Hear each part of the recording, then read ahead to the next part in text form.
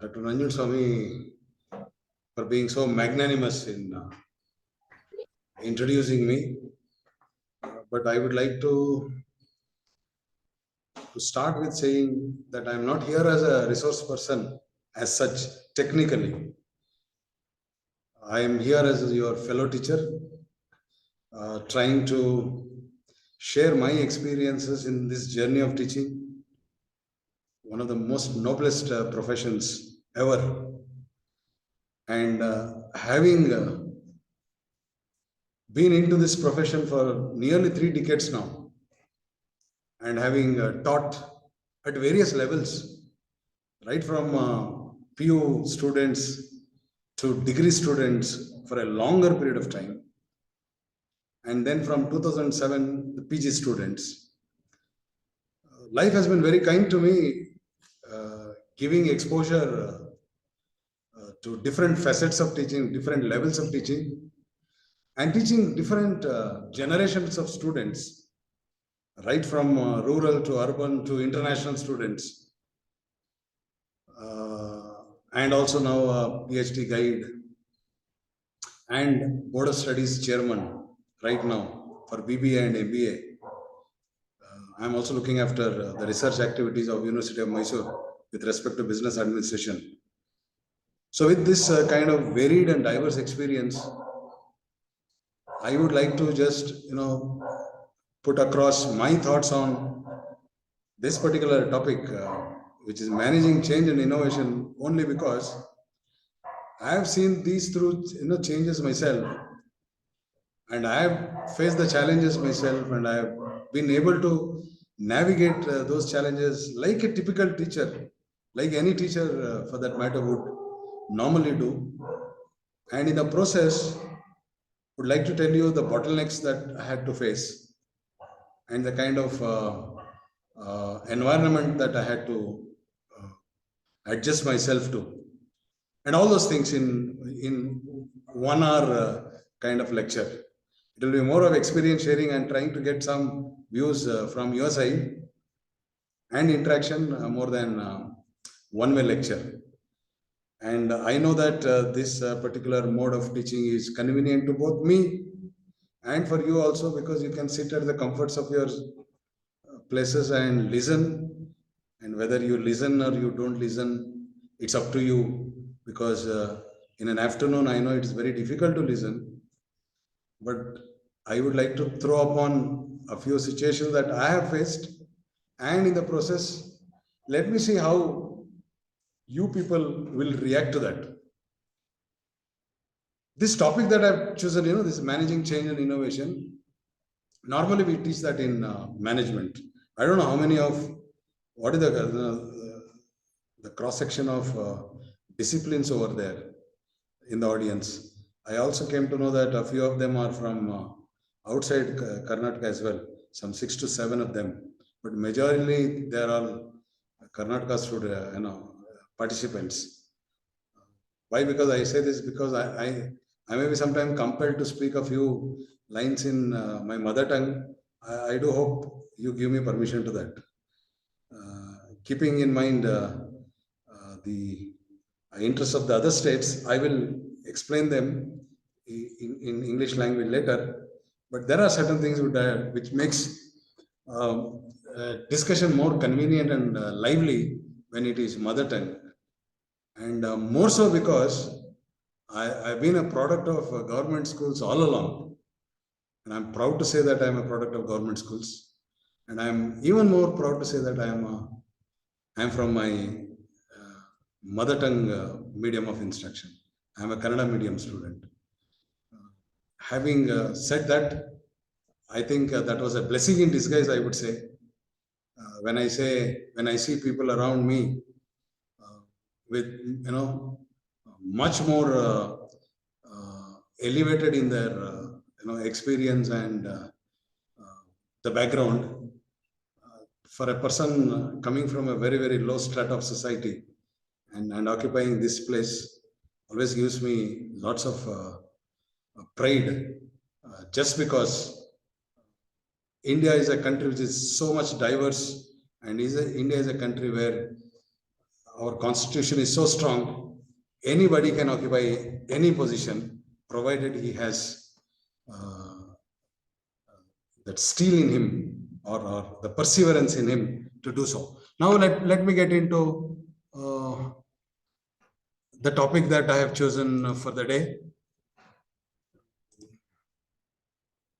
Hope you can see the screen. Am I right? Yes, sir. Sir. Okay, now managing change and innovation. What is required today? Everybody says everything else is constant except change. Change is the only constant. Innovation is the only constant, because organizations, as you know, these slides are typically done for a corporate setting, and I would like to bring that to the teaching, the higher education at a later stage. I would like to just go through the conceptual part of it for the next 10 minutes, and then dwell upon what it means to our teaching profession. How do we have to manage change and innovation in our daily life as a teacher? Now, organizations need to continuously adapt to new situations, and technology has shrunk the world. And today, there is not even a single field which is not being touched by technology. And ideas, information, and relationships are becoming critically important, because you have to always strive for excellence, strive for more value addition to whoever the stakeholders. In our case, it is the students. And what is an organizational change? The adoption of a new idea or a idea of behavior by an organization is called as organizational change. And there are two types of planned change. One is an incremental change, a gradual improvement from the basic operations that we have been doing. Second is transformational change. Means, you're completely revamping the entire system, completely redesigning and renewing an entire organization. And this is a sequence. This is how change takes place. This is for the concept part. Environmental forces, they always drive you people to change. There is global competition and other factors. And there are internal factors within the organization. They have their own plans, goals, and needs. That will drive the need for change. And then the change is initiated and implemented as a process. Then what are the forces that drive change? In an organization setting, in a commercial setting, in a corporate setting, it is so. This could be the same for even any walk of life. Say, for example, in our case, in our teaching profession, customers means obviously the stakeholders, students, the parents, the other important stakeholders, competitors, technology, economics, the changes in the international arena. All these will definitely force for change, and also the internal forces. Then why you require change? Because you have to get into a desired performance level. There is a gap between what we are doing and what we are supposed to do. When we feel that the current standards, the current procedures are not up to the standard, a new idea, new way of looking at things could improve the current performance. And how do we initiate the change? See, we search for new ideas inside and outside the organization that can be used, and also you ensure an environment where people are given ample freedom to come out with new ideas, so that can change or offer new opportunities for the organization. And creativity is one thing which is very, very dominant in private sector, but in public sector, as you know, that these are being done at the very at the level where the policy makers would do this part, and they would get information or inputs from all the stakeholders, and then start the change process or the innovation process. These are the characteristics of creative people who are always open-minded. They are always original. They're playful, as it is being said. But whether in a public setting, these things are given a proper respect or proper weightage is to be discussed. And idea champion is a person who actually sees the need for the change and starts initiating the change. And there are four roles in organizational change. One is an inventor who develops and understands the technical aspects of ideas. And then a champion who believes in idea visualization and see the cost benefit. And the sponsor is the one who removes all the obstacles, organizational barriers to initiate change. And the last one, normally in a profession like ours, whenever a change is being initiated, people will don the last role, that is a critic role. Everybody becomes cynical. Everybody will start saying, no, that cannot be done. This is very difficult because there are no resources. It is easier said than done. The grassroots realities are different. We are the people who are at the end of the continuum. We are there with the students.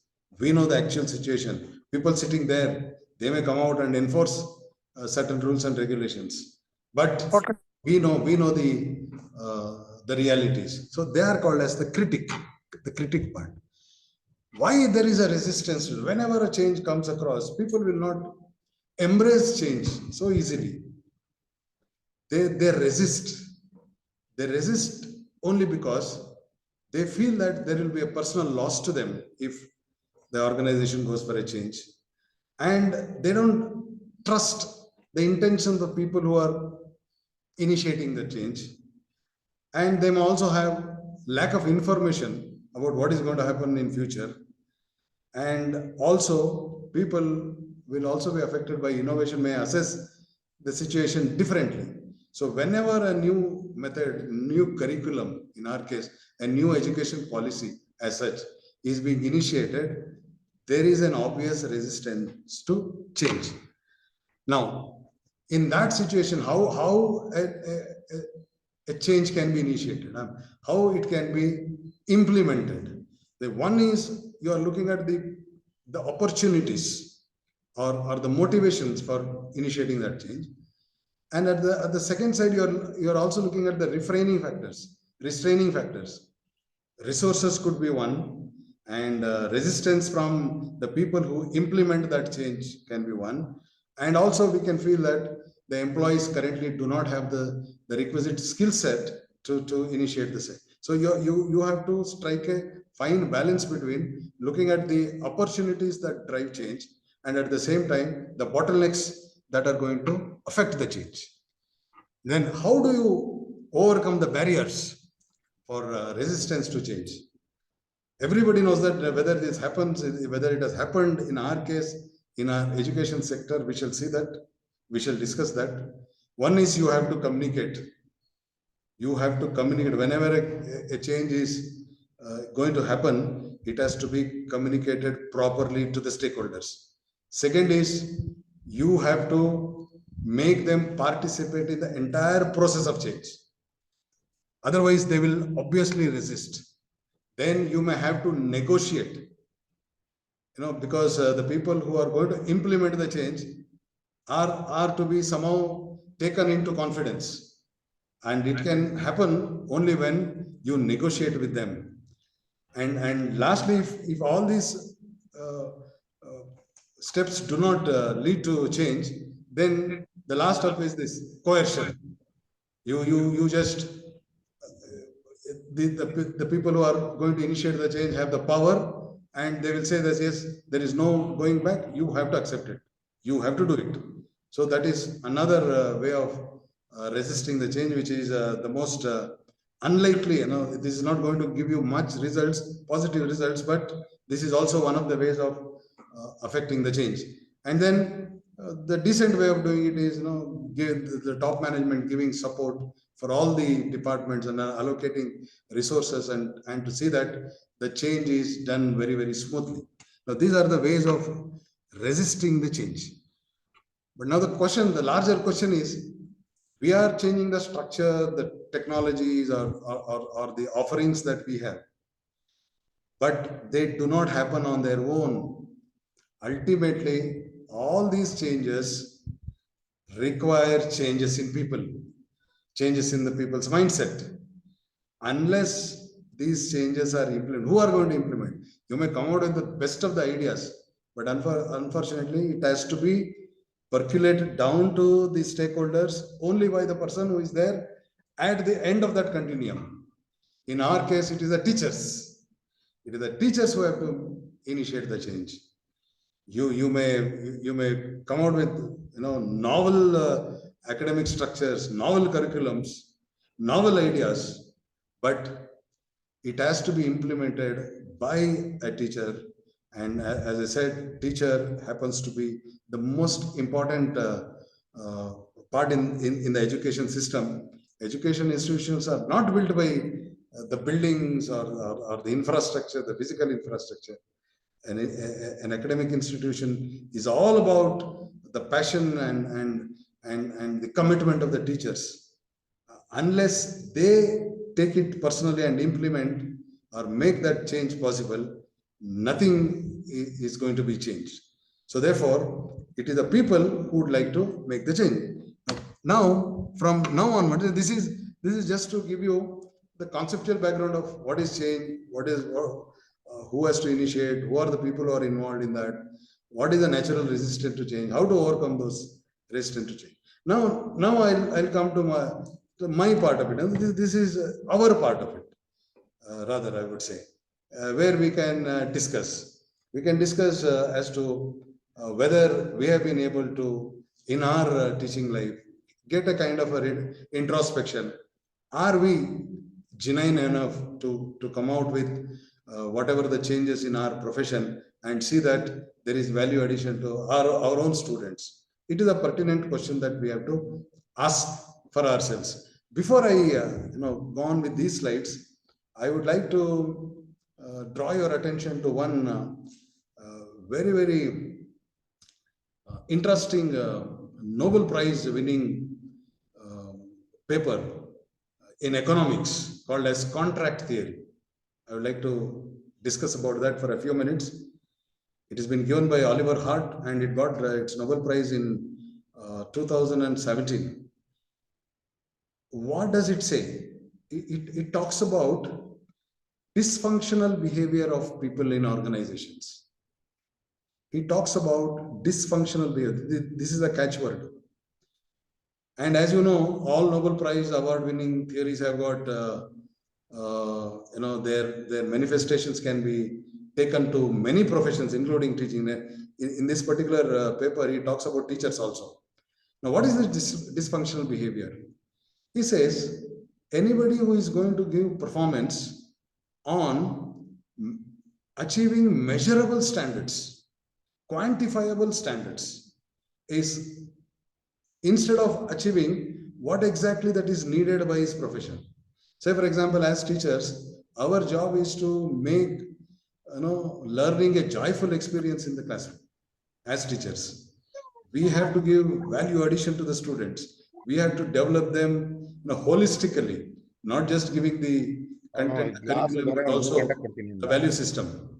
So this is what we say. But instead, if a teacher limits himself only to acquiring those degrees or those academic grade points, which is going to give him the promotion, give him the career advancement, and neglect the basic profession.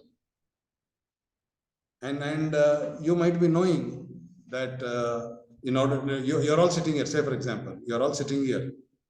The purpose is very simple. You have to go through these kinds of programs mandatorily. And if you go through these kinds of program twice, you'll get yourself eligible for the next promotion. I have also gone through that. I have also gone through the similar process. In our days, it has to be only the chalk and talk method, not this act and talk. So it used to be very difficult to go through these training sessions for 2 weeks, 3 weeks, 4 weeks on a physical mode. But we did it only because the attraction was that, yes, we would get our promotion. Now, will you limit yourself to only this? Or are you coming here to get some, say, whenever I always feel that when teachers sit across the other side, they don't sit there as participants. I myself, teachers sit as judges. But I would like to tell you, I have also gone through many, at least 4 of them.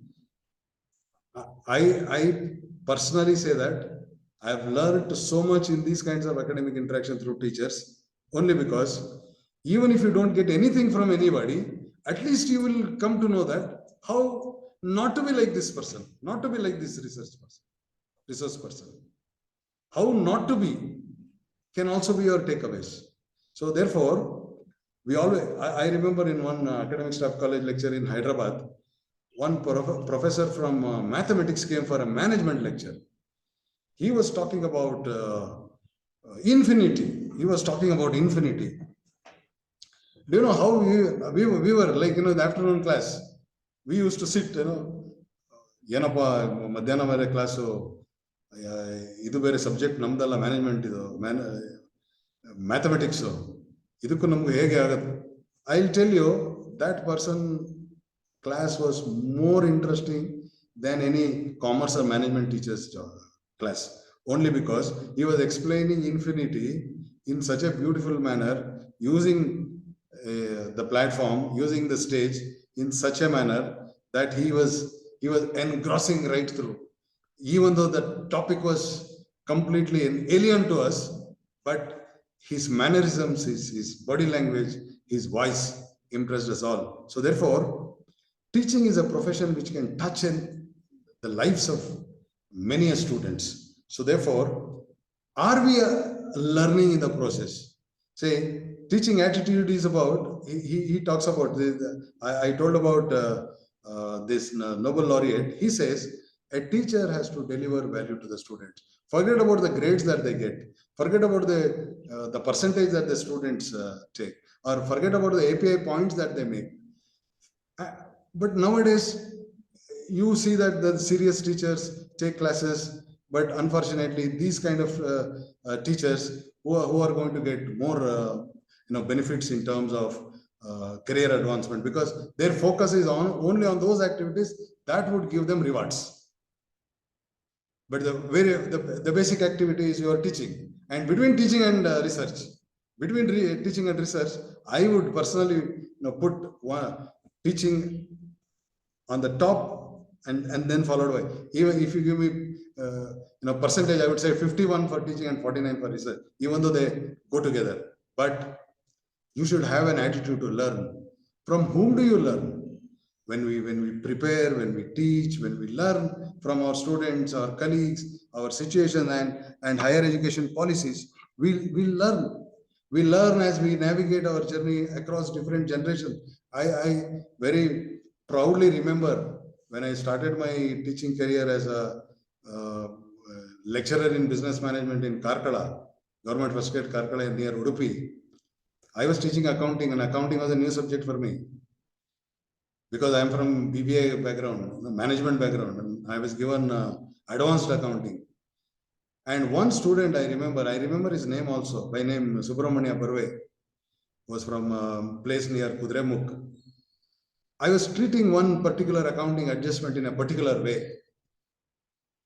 And only that I knew as a teacher then was, if I balance the balance sheet, whatever the treatment that I do is correct. ಯಾಕಂದ್ರೆ balance sheet Tally ಆಯ್ತಲ್ಲ, balance sheet Tally ಆಯ್ತು ಅಂದ್ರೆ ನಾವು ಮಾಡಿದೆಲ್ಲ ಸರಿ ಅಂತ. And after the class was over, he came running to me, to my staff room. Sir, ಇದು ನೀವು ಮಾಡಿದ ತಪ್ಪು ಸರ್, ಇದು ಟ್ರೀಟ್ಮೆಂಟ್ ಮಾಡಿದ್ದು, ಇದು ಈ ರೀತಿ ಮಾಡ್ಬೇಕಾಗಿತ್ತು ನೀವು. ನಿನ್ಗೆ ಯಾಕಪ್ಪ ಇದು ಹಂಗ್ ಮಾಡಿದ್ರು ಹಿಂಗ್ ಮಾಡಿದ್ರು ಬ್ಯಾಲೆನ್ಸ್ ಶೀಟ್ ಟ್ಯಾಲಿ ಆಯ್ತಲ್ರಿ? No sir, you have followed the letter of the law, letter of double entry system, but you have not followed the spirit of double entry. The spirit of double entry mandates that this particular adjustment has to be treated like this only. So I was actually surprised. Even to this date, when I came from degree college to post-graduation in Bahadur Institute here in University of Mysore, many of my senior professors said, it is very difficult to get adjusted here because that was the change. Suddenly from undergraduate, I have to do post-graduation. And my senior professor said, intimidating seniors, I would call them as, they said, ನೋಡ್ರಿ ನೀವು 2 ವರ್ಷ lean ಅಲ್ಲಿ ಬಂದಿದ್ದೀರಿ, adjust ಆದ್ರೆ ಇರಿ, ಇಲ್ಲಾಂದ್ರೆ ವಾಪಸ್ ನೀವು ಗೌರ್ಮೆಂಟ್ ಕಾಲೇಜ್ಗೆ ಹೋಗಿ. Means teaching at the higher level, a person coming from a degree college teaching background cannot adjust himself to PG. So this was the situation. But I took it as a challenge. I actually took the help of the students only. Let me tell you, the most important source of inputs for a teacher are the students. I am very proud to say that as a 30 years old teacher into this profession, I have got the best of the inputs in my teaching profession from students only. And you'll be very happy to take the ideas from them. I remember one fellow from Vietnam in Bahadur Institute of Management Science. He taught me how to teach real options in capital budgeting. It was very tough for me because it required advanced statistical skills, which I didn't possess. But he taught me. He taught me, sir, this is how it has to be. And I was so happy because getting inputs from students is always the best part. If you get the same inputs from your colleagues, do you know what they will say? ಅವನಿಗೇನು ಬರ್ತಾ ಇರಲಿಲ್ಲ ರೀ, ನಾನೇ ಹೇಳ್ಕೊಟ್ಟಿದ್ದ, ನೀ retire ಆಗೋದನ್ಗೆ ಹೇಳ್ತಾ ಇರ್ತಾನೆ. Students hangalla. Students love that interaction with us because you have that barrier, the barrier of students is lost and they become friendly and they also in the process learn. And the diversity in the I think all of you are working in government or public institutes, and public institutes means there is diversity in the composition of the students. You have slow learners, you have, how do you manage that? How do you manage that diversity? And there are some people who feel that, sir, nan Kannada medium, sir, nange English baralla, sir, nanga government school alli odiddu, sir. Avan henge ಹೇಳ್ತಾ ಇದ್ದಾನೆ, it is my birthright not to speak English. On the other hand, we have blessed students have come from convents and city who would speak only a jugglery of English language, conveying no meaning. I remember in one of the interaction with some Saint Joseph's and these kinds of students in one of the MBA Viva, I just asked them one question.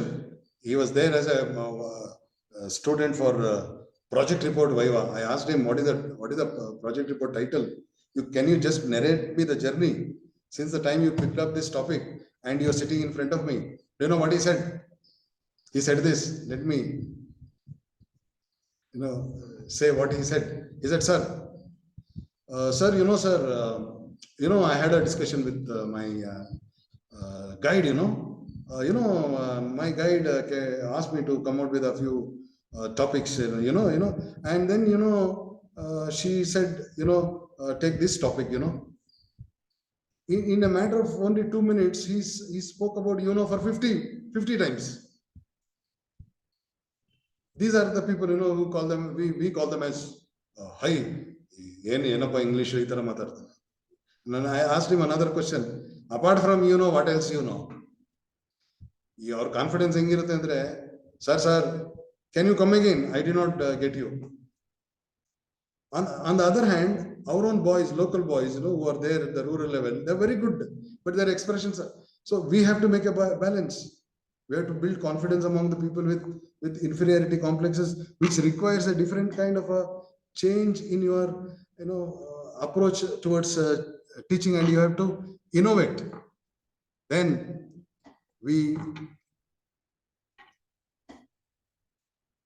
where does research happen? I mean, whether research happens in our thesis alone or whether new things come to you in the classrooms. As you teach, will you become more proficient and more knowledgeable? Or is it that research happens only when you have a problem statement, objectives of the study, methodology, sample, get the primary data, do the analysis and give the report? So I would like to say a teacher, a good teacher is always a good researcher. But a good researcher need not be a good teacher. I don't know how many of you will take this. A good teacher is always a good researcher, whereas a good researcher need not be good teacher. Because whatever the research that you know, as a board of studies chairman, I'm just taking you people as my own fellow beings, as I said in the very beginning, because we together have to initiate that change. You and me have got that responsibility to initiate that change. In what direction that the research in today's universities and colleges are going towards? It has become merely a documented, more of a dysfunctional behavior rather than functional. People are acquiring PhD degrees for the sake of it. And what is the value addition that they're giving? They're saying that I have this PhD degree. I have got 15 students who got the PhD under my guidance. I have got 120 papers. When I go to teachers selection boards, I'm really surprised to know that teachers come for the interview. They will show their records. Their academic records are highly superior. Many articles to their credit, many seminar and other participations. But when we ask them to just give a demo class for 5 minutes on the topic that they're going to choose for themselves, they fall flat. They cannot stand and deliver. They have two big, briefcases of articles, the publications. If you say yes, you acquire 500 points for a next level of career advancement, they will have 5,000 points. Sky is the limit for them. So now this is called as dysfunctional behavior. You're just focusing on those activities which is going to give you rewards rather than on your basic activity. The basic activity to teach, to mentor, to be able to drive knowledge to your students. That has taken a second priority, where your priority is acquire all these points. And one day I want to become, one day I would like to become a vice chancellor. One day I would. So you become self-regulated and self-interested and keeping the interests of the students at bay. Can this happen? Then, whenever most of you might be in government service, and you will be knowing that when you change from one place to the another place, then you may have to take up subjects which are not your comfort zones. Especially in commerce and management, say there are some people who are good in numericals. So people are good in only teaching accounting, statistics, taxation. You ask them to teach theory subject, no, they don't want to. And vice versa. So now, will you be able to embrace change? Take upon those, say, I say that I am a BBM graduate with HR as my specialization. And then I went on to take up MBA with marketing as my specialization and my PhD in behavioral finance. And now I would comfortably say I am currently teaching only finance and accounting. I am marketing finance. I am marketing finance to the human resources today. Is it not possible? Because we are very much in the domain only. We're not cross the domain. I'm not saying I'm teaching economics. I'm not saying I'm teaching something else. I'm teaching the related subjects within the broader area of management. So therefore, you should be able to have that, change and innovate yourself. And then you will try to see new angles to your personality only. See, after started teaching finance at the uh, post-graduation level, let me tell you, it has transformed my personality, which I never would have said. It's all finally boils down to your bread and butter. If you teach finance, there is a job, otherwise there is no job. Then what do? You will teach. Hunger, hungry. If you are hungry, you can do anything. You can do miracles. So therefore, or will you stick to your own? There was a saying, jokingly, teachers used to say in Marani's college when I was teaching in Marani's college, history teacher started dictating the notes, and one of the student at the back was not taking up the notes. This fellow got annoyed and he said, "Hey, yak barkanta illa nin notes barkanta illa." Sir, ನಮ್ಮ ಅಪ್ಪಂದ notes ಇದೆ sir. ನಮ್ಮ ಅಪ್ಪನ notes ಇಟ್ಕೊಂಡಿದ್ದೀನಿ sir ನಾನು. ಅವ್ರ ಅಪ್ಪಂಗೂ teacher ಆಗಿದ್ದ, ಅವಾಗಲೂ ಅದೇ notes ಕೊಡ್ತಾ ಇದ್ರು. ಸೊ ನೋ, ಸುಮ್ಮನೆ ಒಂದು ಇದಕ್ಕೆ ಹೇಳಿದೆ ನಾನು ಅಷ್ಟೇ. No, unless we change and innovate, unless we do things differently, even if the subject is the same, if you are able to add new dimensions to that and establish rapport with senior students and learn from their vast repertoire of knowledge. I would like to tell you, my senior teacher at Bahadur is from Management Science, my senior finance teacher, he told me, don't worry, you refer to these books. The books that you refer is very important. He told me, these are the books that you have to refer in finance. And if you start referring to these books, automatically you'll become good in that subject. And it happened. I was referring some other books when I was there in the undergraduate. But the moment I shifted here, I could see that I got the best of the environment. And in fact, ICT was never known to me. I didn't know, I had not even seen a pen drive till the time I came to Mansgangotri. It was only chuck and talk. And because of my younger colleague who is there with me, she actually made me to understand how to make PPTs. And today I conveniently say that even if you don't carry a pen, at least carry a pen drive. And because of this Corona, what has happened?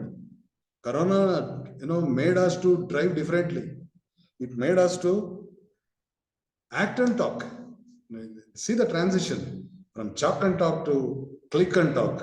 The ICT enabled, I mean to say. And then now you're sitting in front of the camera. And when you're sitting you're an actor. You have to adjust. You should know where the camera is, what is the level of lighting, what is the distance that you should be sitting across, and what should be your volume of the voice, how that would be heard on the other side. So all these things a teacher never did. He was a master of his classroom. But today, because of the changes and the innovation that has happened, he has adjusted, the teacher has adjusted. Today, we are very comfortably taking the class online. So, our profession as such has also given us so much of chance for change. But do we have that intent in us to change? Do we have that passion? Yes, we have to change and we have to do something for the larger interest of the society. Do we have that commitment in our mind?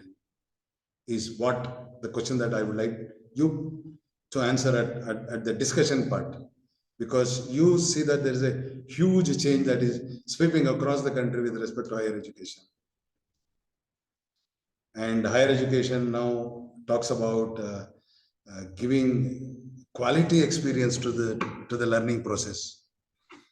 We say that as curriculum, pedagogy should be revised and incorporated in a formal, informal, physical, and virtual elements. See, it cannot be only classroom. Now it's a kind of a mixture of both virtual and classroom setting, depending upon whatever situation that we're. Are we ready for that? do we understand the technology? Do we have been able to smother the change and be able to deliver in spite of whatever bottlenecks that we have? The blended learnings that we say, interdisciplinary. Do we understand? We talk about NEP 2020 has been uh, a subject which has been discussed at length and breadth, because Karnataka was the first and the only state, I believe, I don't know, I stand corrected, but it was the first state to implement the national education policy, though in a jiffy, in a hurry, but they did. But what were the cascading effects that it was able to ripple across? There was so much of crisis because of that, and the crisis is even today all the more glaring. Can you imagine a situation where you have a subject which is about to be, students are about to be writing an examination in another 15 days' time, and the syllabus is getting finalized just 10 days ago, and the model of, evaluation and the question paper pattern is being decided just a week ago. I've been a part of that. I've seen that very closely, even though I'm not directly involved in that. But can change be change and innovation which so insipid also? These are the issues. We talk about many things, many changes in. There is a paradigm shift in education. These are all high sounding words, but when it comes to actual implementation, whether the change that was proposed, whether we were able to implement them in the best spirit of the change that was originally envisaged. ಅವ್ರ ಮನಸ್ಸಲ್ಲಿ ಇತ್ತಲ್ಲ, ಅವ್ರ ದೂರದೃಷ್ಟಿ ಇತ್ತಲ್ಲ, ಹಿಂಗೆ ಆಗ್ಬೇಕಂತ, ಆ ಥರ ಅದು ಮಾಡ್ಲಿಕ್ಕೆ ಆಯ್ತಾ, ಅಥವಾ ನಮಗೆ ಅದನ್ನ ಹೇರಿದ್ರ, whether it was enforced upon us? What is the effect that has happened now? The new dispensation, it has been done by the earlier policy makers. Now the policy makers have changed.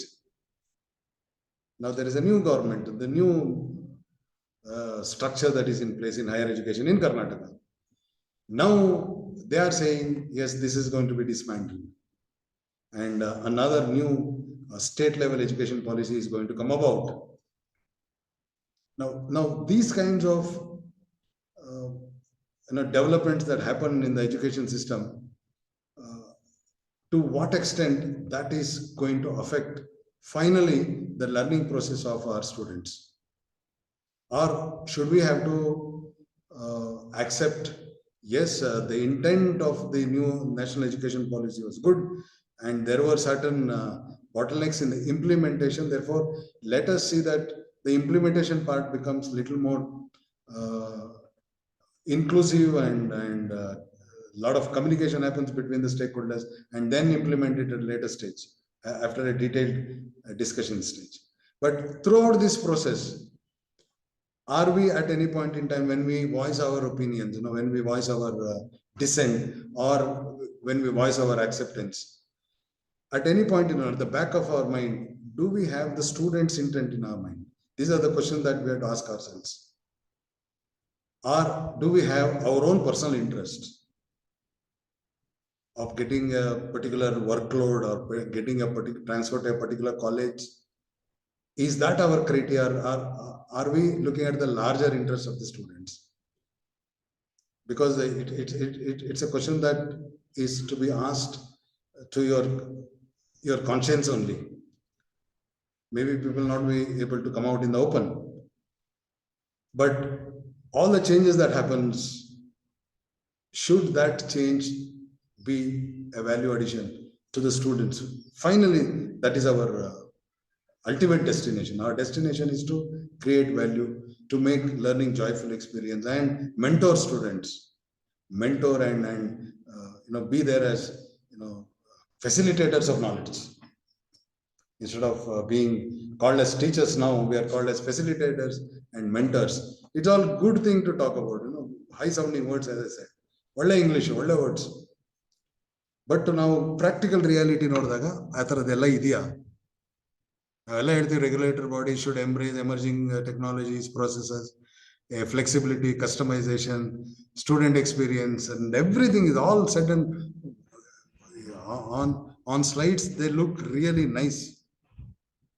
But are we going in that direction? Are we going in that direction? Where are we now with respect to change and innovation in higher education? In our own understanding of the pedagogy, the curriculum, and the content delivery at the college level. Where are we? Are we embracing change, or would you like to teach the same old things?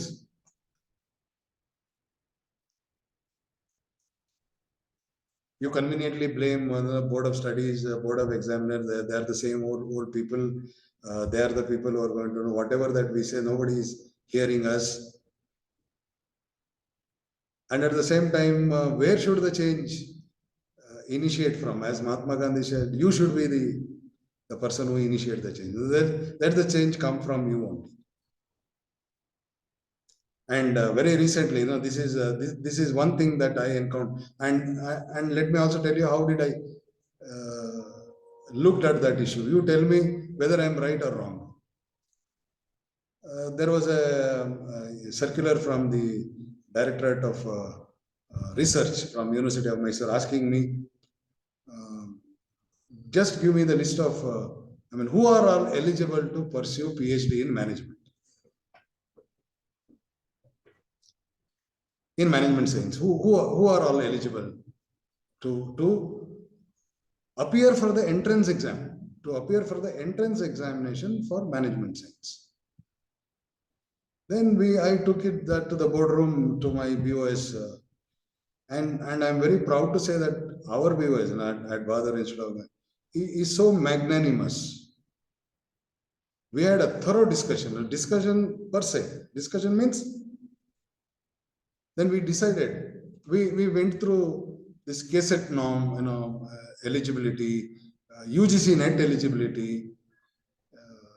Then they said, in order to get eligibility in UGC net or SLET, it should be management or allied subjects.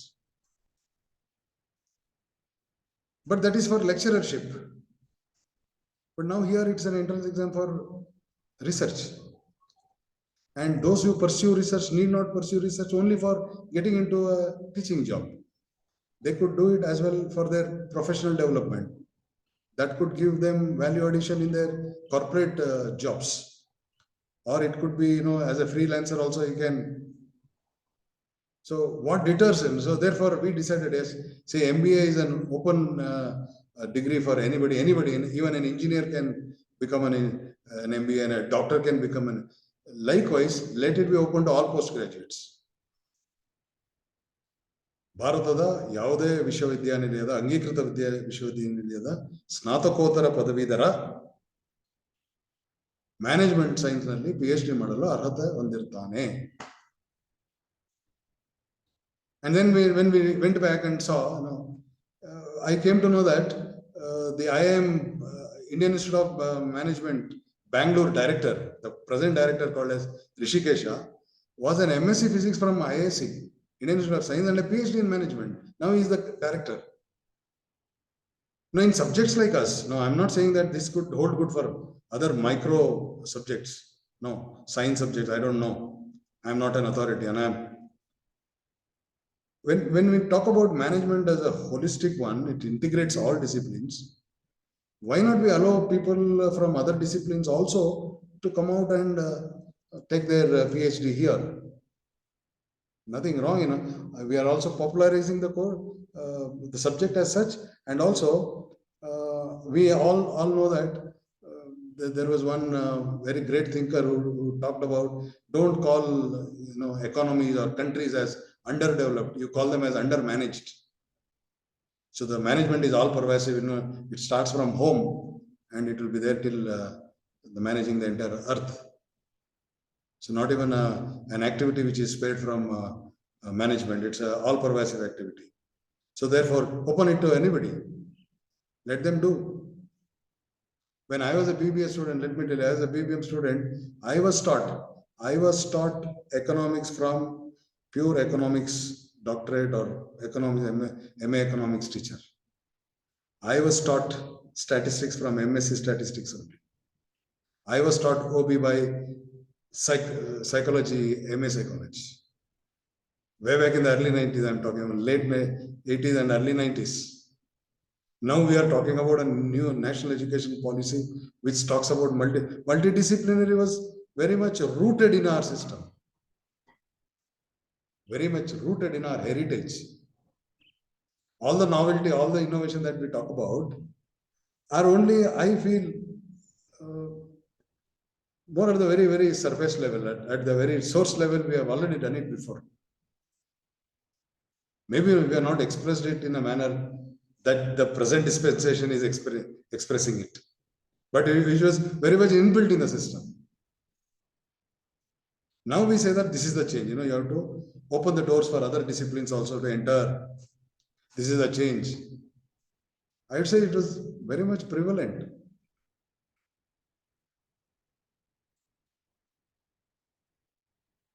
So at the end of the day, I cannot say claim that yes, this is my subject.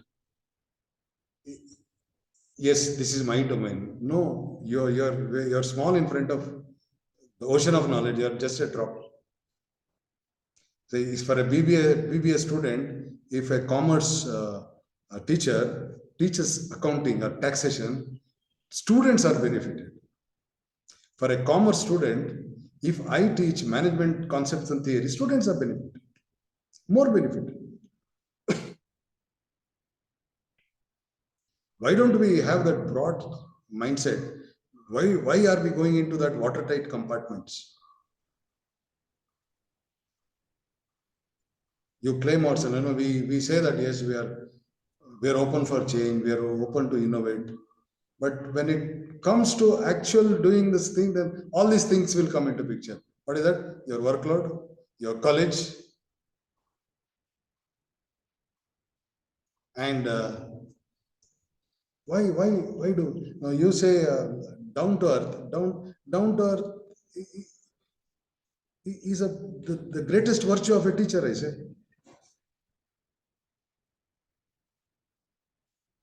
If a teacher is not down to earth, then who else will be?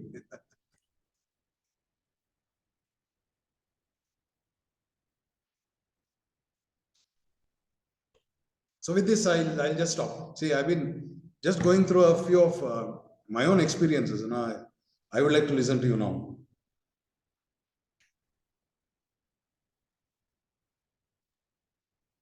True, sir. These last few things which what you said regarding or we have been taught by the discipline specific faculties and then getting all the knowledge from various different domain. If we are able to put it at one package and deliver it to the students, getting the knowledge from all the different domains and delivering it in our specific domain, how is it going to or how that knowledge is going to work, that would be the greatest thing. And as if we if all universities or authorities bodies, if they take things in this manner, most of the workload issues would be sorted out, because there is a lot of friction among different faculties as to whom to have the workload has to be given, how to share the workload. So this problem actually, I mean, all such problems can be solved in this way. That is actually the essence of the national education policy. But people, when they came to the drawing room and started discussing about that, that was put as a backbencher, and all this will come into. This will become. I have to get a transfer from C grade town to B grade town, and then to A zone. And I was actually really pained to know that there are some teachers who would like to stop admission to a particular course, because if the course is not run there, at least they'll get a transfer, move to a bigger city where their personal interests are served.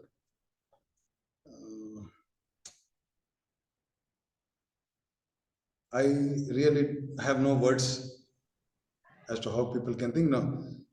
See, when I was posted, first of all, let me tell you, I was posted to Karkala. I was from Shidligatta, Kolar, one end to the other end. And actually, I had to see the map and find out where Karkada is.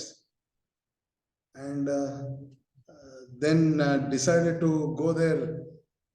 Day one, I reached on 8th of a particular month. And in July, there's a heavy downpour. I said, I cannot survive here. I have not seen such rainfall.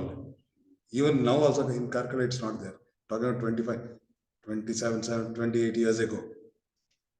Then I decided not to join on that day. I waited for the next day. The next day was even more horrible. Then finally, the last day, 10th, I had to, because only 15 days time was there to join. And today, if at all I remember a place or people or teachers or students very fondly, and which has changed the way I approach my profession, my work ethics, my entire persona as such, I clearly attribute, say, 90% to Karkala. It's not my place. I don't have any special. It just the place made me what I am. So unless you go and see the change and innovate yourself, then people said students are very, very ತುಂಬಾ sharp ಇರ್ತಾರೆ, ತುಂಬಾ disciplined, ತುಂಬಾ ನೀವು ಇಲ್ಲಿ ಅವರು ಘಟ್ಟದ ಮೇಲಿಂದ ಹೋದವರು ಅಲ್ಲಿ ಕಷ್ಟ ಆಗ್ತದೆ ನಿಮ್ಗೆ. ನಂಗೆ ಆಗ್ಲಿಲ್ಲ. I loved the place. I loved everything, every bit of that place. So you have to go out of your comfort zone. And one more thing, when I was here in Bahadur, there was a proposal to commence MBA course in Chamarajanagar PG Center. Let me tell you, Chamarajanagar PG Center. There were no takers. I took the initiative. I went there. And today, Chamarajanagar PG Center has a AICT approved MBA course. It is tough. Now, being at the comforts of Manasa Gangotri, going to Chamarajanagar is a tough call for many. But for me, it was not so, because I was always on the move. No attachments for any place or any position.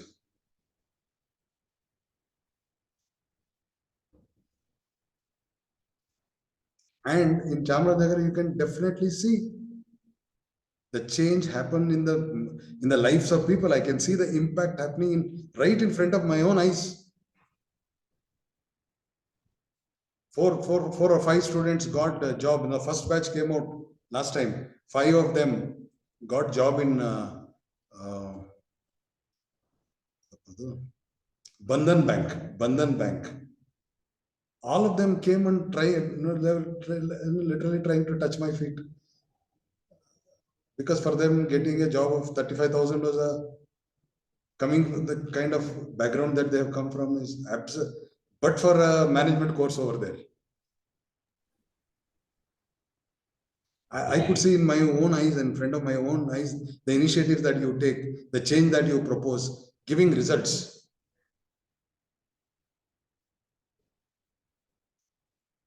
So again, as I said, it's all up to us.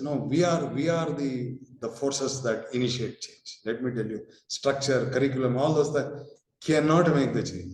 It is the teachers. Teachers can only make the change.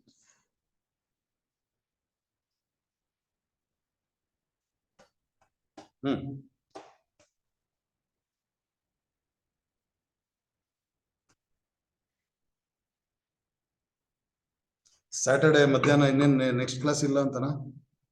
You're already on the sir weekend mode. Sir. Hedi. Hello sir. Hedi. Sir, in NAP, students they are like given the opportunity of choosing their own like other subjects like OE. Open elective, yes. Open elective. But as far as my knowledge is concerned, it is not an open elective, sir. It is a forced elective. As you told, the teachers know, sir, they do not allow the students to opt as what the subject they wish. Here in the office, in the principal chamber only, they decide ಕನ್ನಡಕ್ಕೆ ಎಷ್ಟು ಜನ, ಇಂಗ್ಲಿಷ್ಗೆ ಎಷ್ಟು ಜನ, sociology